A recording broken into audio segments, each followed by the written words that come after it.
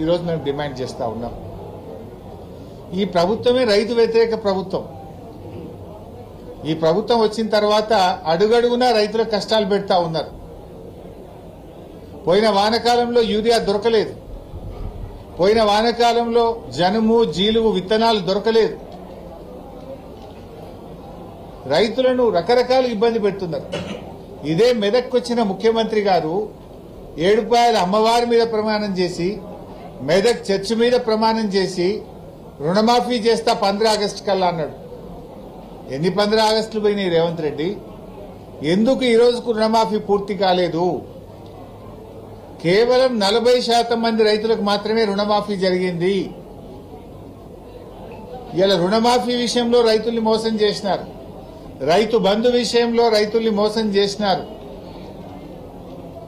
Bonus విషయంలో రైతుల్ని మోసం చేసినారు, ఎరువుల సరఫరాలో ఫెయిల్ అయిపోయినారు, విత్తనాల సరఫరాలో ఫెయిల్ అయినారు, పంట కొనుగోలు విషయంలో కూడా ప్రభుత్వం ఫెయిల్ అయిపోయింది. పోయిన యాసంగి బోనస్ ఇప్పటి వరకు రాలేదు. రాష్ట్రంలో పోయిన యాసంగిది 1200 కోట్ల రూపాయల బోనస్ ఇంకా కూడా ప్రభుత్వం ఇయ్యడం లేదు. 6 నెలలు అయిపోయినా బోనస్ పైసలు పడతలేవు. ఈ వానకాలం బోనస్ కూడా 600 కోట్లు బకాయి పడ్డది ప్రభుత్వం. పేరుకేమో 24 గంటల్లో వేస్తున్నాం, తెల్లారే ఇస్తున్నాం అంటున్నారు. నెలలు గడిచిపోయినా యాసంగి బోనస్ బల్లే, వానకాలం బోనస్ బల్లే. యాసంగి 1200 కోట్ల రూపాయలు పెండింగ్ ఉంది, యాసంగిలో ఈ వానకాలం 600 కోట్లు పెండింగ్ ఉంది. 1800 కోట్ల రూపాయలు బోనస్ ఈ రోజు కూడా పెండింగ్ లో ఉన్నాయి. ఈ బోనస్ డబ్బులు ఎప్పుడు ఇస్తారు అని రైతుల పక్షాన్ని నేను అడుగుతా ఉన్నా. తక్షణమే రైతులకు ఇవ్వాల్సిన 1200 కోట్ల రూపాయల బోనస్ విడుదల చేయాలని డిమాండ్ చేస్తా ఉన్నాం. ఇప్పుడు యాసంగి కూడా రైతు బంధు ఎప్పుడు ఇస్తారు? ఇంకా ఆల్రెడీ పంట సీజన్ స్టార్ట్ అయింది.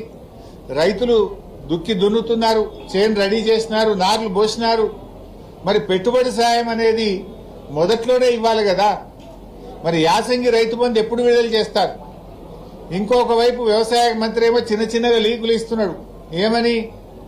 మేము యాసంగి రైతు బంధు సాగు చేసిన వాళ్ళకే ఇస్తాం, మిగతా వాళ్ళకి ఎగబెడతామంటున్నాడు. అంటే ఇప్పుడు ఓట్లు అయ్యేదాకా ఆగినరా?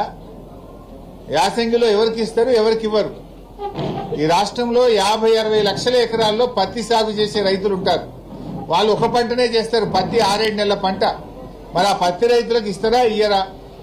చెరుకు రైతులు, పసుపు రైతులు, అనేక మంది రైతులు ఉన్నారు.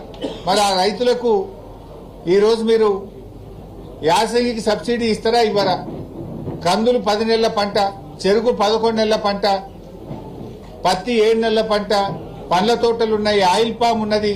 మరి రైతుల పరిస్థితి ఏంది? అంటే నువ్వు అప్పుడేమో రేవంత్ రెడ్డి 3 పంటలకు ఇవ్వాలి రైతు బంధు అన్నాడు, ఇప్పుడేమో ఒక్క పంటకే ముక్కులకు వచ్చిందా? ఇప్పటికే నీ ప్రభుత్వం వచ్చిన తర్వాత 2 ఏళ్లలో 2 పంటలకు రైతు బంధు ఇచ్చినావు, 2 పంటలకు రైతు బంధు ఎగ్గొట్టినావు. మరి ఇప్పుడు యాసంగి రైతు బంధు సంగతి ఏందో స్పష్టంగా చెప్పాలి. అందరూ రైతులకు కూడా యాసంగిలో రైతు బంధు నిధులు వెంటనే విడుదల చేయండి. పెట్టుబడి కోసం ఇచ్చే సాయాన్ని ఆలస్యం చేయొద్దు.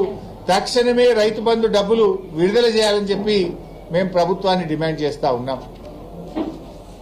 జనరల్ గా ఎప్పుడైనా కూడా రైతుకు యూరియా అనేది బీఆర్ఎస్ హయాంలో, కేసీఆర్ గారి హయాంలో ఒక్క ఫోన్ చేసి ఆటో ఆయనకు చెప్తే యూరియా బస్తాలు తెచ్చి బైకాడ్ వేసిపోయింది, ఇంటికాడ వేసిపోయింది.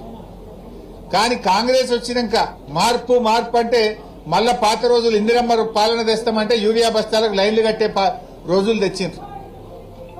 నువ్వు వ్యవసాయానికి కావాల్సిందే యూరియా, నీళ్లు, రెండే కదా కావాల్సింది. అయితే నీళ్లు కావాలి, యూరియా కావాలి, కరెంటు కావాలి. కానీ కాంగ్రెస్ గవర్నమెంట్ ఏమంటుందంటే ఇవాళ వ్యవసాయానికి యాప్లు కావాలి, మ్యాపులు కావాలంటుంది.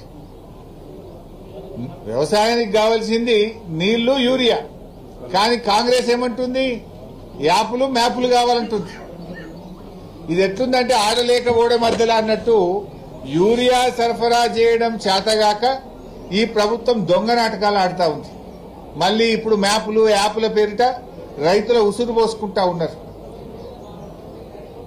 ఇది ఒక అనాలోచితమైన చర్య, ఒక తుగ్లక్ చర్య. తక్షణమే దీనిని విరమించుకోవాలని చెప్పి బీఆర్ఎస్ పార్టీ పక్షాన రైతుల పక్షాన డిమాండ్ చేస్తా ఉన్నాం. ఒకవైపేమో యూరియా సరఫరా పెరిగిందని బీజేపీ నాయకులు చెప్తారు.